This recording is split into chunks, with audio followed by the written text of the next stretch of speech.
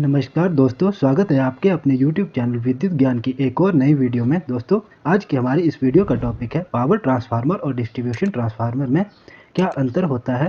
दोस्तों, हमें यह पता होना बहुत ही ज़रूरी है कि इन दोनों में क्या अंतर होता है। तो आज की हमारी इस वीडियो में हम इसी टॉपिक के ऊपर बात करेंगे और electrical exam point of view से रिलेटेड कुछ महत्वपूर्ण पॉइंट्स के ऊपर भी डिस्कस करेंगे। तो इस वीडियो को एंड तक जरूर देखिएगा। तो स्टार्ट करते हैं। सबसे पहले दोस्तों, ये पावर ट्रांसफार्मर और डिस्ट्रीब्यूशन ट्रांसफार्मर किसको बोला जाता है। तो दोस्तों, आपको सिर्फ इतना देखना है कि जितने भी ट्रांसफार्मर 33 केवी के ऊपर होते हैं, जैसे 765 केवी, 400 केवी, 220 केवी, 132 केवी और 110 केवी, 66 केवी और 33 केवी, तो ये जो वोल्टेज अमाउंट है, इनमें जो भी ट्रांसफार्मर ऑपरेट होता है इसको हम पावर ट्रांसफार्मर कहते हैं। और दोस्तों, जो भी डिस्ट्रीब्यूशन ट्रांसफार्मर होते हैं वो ट्रांसफार्मर 33 केवी के नीचे ऑपरेट होते हैं, जैसे कि 11 केवी, 6.6 केवी, 3.3 केवी और 415 वोल्ट और 220 वोल्ट। तो इस वोल्टेज अमाउंट पर जो ट्रांसफार्मर ऑपरेट होते हैं इनको हम डिस्ट्रीब्यूशन ट्रांसफार्मर बोल सकते हैं। मतलब दोस्तों, सिंपल है कि जितने भी ट्रांसफार्मर 33 केवी के नीचे होते हैं उसको हम डिस्ट्रीब्यूशन ट्रांसफार्मर बोलते हैं, और जो ट्रांसफार्मर 33 केवी से ऊपर की अमाउंट वाले होते हैं उसको हम पावर ट्रांसफार्मर बोलते हैं। दोस्तों, इस पॉइंट को हमेशा ध्यान में रखिए कि जो हमारे पावर ट्रांसफार्मर होते हैं उनको हम स्टेप अप और स्टेप डाउन दोनों तरीकों से यूज़ कर सकते हैं, लेकिन जो कि डिस्ट्रीब्यूशन ट्रांसफार्मर होते हैं इसको हम सिर्फ स्टेप डाउन के लिए ही यूज़ में लेते हैं। मतलब हमारा पावर ट्रांसफार्मर वोल्टेज को कम या ज़्यादा कर सकता है, बट हमारा डिस्ट्रीब्यूशन ट्रांसफार्मर सिर्फ वोल्टेज को स्टेप डाउन मतलब कम करने के लिए ही यूज़ किया जाता है। और दोस्तों, अब हम बात करते हैं कि हमारे पावर ट्रांसफार्मर और डिस्ट्रीब्यूशन ट्रांसफार्मर को हम कहाँ कहाँ यूज़ कर सकते हैं।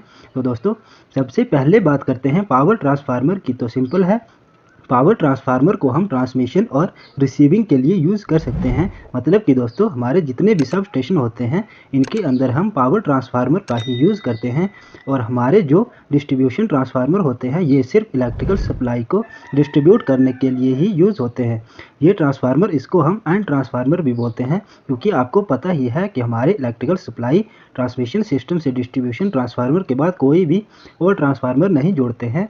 दोस्तों, अब इसके बाद हम इन दोनों के बीच लोड फ्लक्चुएशन को भी समझ लेते हैं। लोड फ्लक्चुएशन मतलब हमारे लोड बैलेंस से है, मतलब लोड की अस्थिरता, मतलब इन दोनों में लोड कैसे रिएक्ट करता है। तो हम पावर ट्रांसफार्मर की बात करें तो इसके अंदर हमारा लोड फ्लक्चुएशन बहुत ही कम होता है, क्योंकि दोस्तों आपको पता है कि हमारे पावर ट्रांसफार्मर के साथ लोड को हम डायरेक्टली कनेक्ट नहीं करा सकते हैं, लेकिन जो हमारा डिस्ट्रीब्यूशन ट्रांसफार्मर होता है उसके अंदर लोड फ्लक्चुएशन बहुत ही ज़्यादा होता है, क्योंकि हमारे डिस्ट्रीब्यूशन ट्रांसफार्मर के साथ लोड कनेक्ट रहता है। जैसे दोस्तों, एक फैक्ट्री या कारखाना है जिसका खुद का एक डिस्ट्रीब्यूशन ट्रांसफार्मर है, तो जब भी फैक्ट्री चालू होगी तो इसमें लोड वेरिएशन ज़्यादा रहेगा। जैसे कि हमारी एक मोटर ऑन है और हमारी दूसरी तीसरी मोटर भी ऑन करते हैं तो लोड बहुत बढ़ेगा, और किसी मोटर को ऑफ करेंगे तो लोड कम होगा। ऐसे ही हमारा लोड डिस्ट्रीब्यूशन ट्रांसफार्मर में फ्लक्चुएट होता रहता है। अब हम इन दोनों ट्रांसफार्मर में होने वाले लॉसेस के ऊपर भी थोड़ी सी बात कर लेते हैं। हमारे पावर ट्रांसफार्मर में कॉपर लॉस और आयरन लॉस हमेशा फिक्स रहते हैं, लेकिन दोस्तों जो हमारा डिस्ट्रीब्यूशन ट्रांसफार्मर है इसके अंदर सिर्फ आयरन लॉसेज ही फिक्स होते हैं। कॉपर लॉस हमेशा अप या डाउन होता रहता है, क्योंकि आपको भी पता है कि हमारा कॉपर लॉस लोड के ऊपर डिपेंड करता है। मतलब लोड हमारा डिस्ट्रीब्यूशन ट्रांसफार्मर में कम या ज़्यादा होता ही रहता है, और आयरन लॉसेज वोल्टेज के ऊपर डिपेंड होता है, इसलिए आयरन लॉसेज फिक्स रहते हैं। तो दोस्तों, अब ये भी जान लेते हैं कि हमारे दोनों टाइप के ट्रांसफार्मरों को हम कितने लोड के साथ कनेक्ट करा सकते हैं।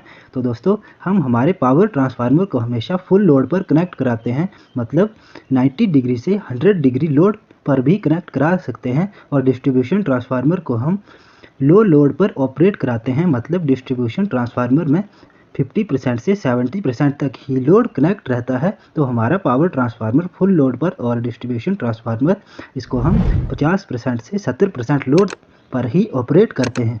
तो अब हम इनकी एफिशिएंसी के ऊपर भी थोड़ा सा बात कर लेते हैं। पावर ट्रांसफार्मर की एफिशिएंसी, तो हमारे पावर ट्रांसफार्मर को 100% लोड के लिए डिज़ाइन किया जाता है। मतलब अगर हमारा पावर ट्रांसफार्मर फुल लोड पर काम कर रहा है तो इसकी दक्षता भी 100% होगी, लेकिन वहीं पर हमारे डिस्ट्रीब्यूशन ट्रांसफार्मर की एफिशिएंसी सबसे अच्छी तभी मिलती है जब हमारा डिस्ट्रीब्यूशन ट्रांसफार्मर 50 से 70% लोड के बीच ऑपरेट हो, क्योंकि हमारा डिस्ट्रीब्यूशन ट्रांसफार्मर बहुत ही कम 100% लोड पर ऑपरेट होता है, इसलिए इसको हम 50 से 70% लोड पर ही ऑपरेट या डिज़ाइन किया गया होता है।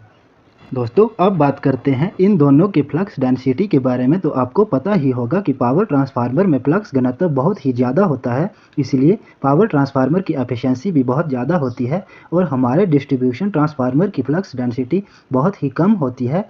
और दोस्तों आपको हमेशा ध्यान में रखना है कि जो भी पावर ट्रांसफार्मर है इसमें हम टेप चेंजर का यूज़ नहीं करते हैं। टेप चेंजर का यूज़ हमेशा डिस्ट्रीब्यूशन ट्रांसफार्मर में ही किया जाता है। और दोस्तों कॉमन सी बात है, हमारे पावर ट्रांसफार्मर का साइज बड़ा होता है डिस्ट्रीब्यूशन ट्रांसफार्मर के मुकाबले, और जो डिस्ट्रीब्यूशन ट्रांसफार्मर होता है वो काफ़ी छोटा होता है पावर ट्रांसफार्मर के मुकाबले।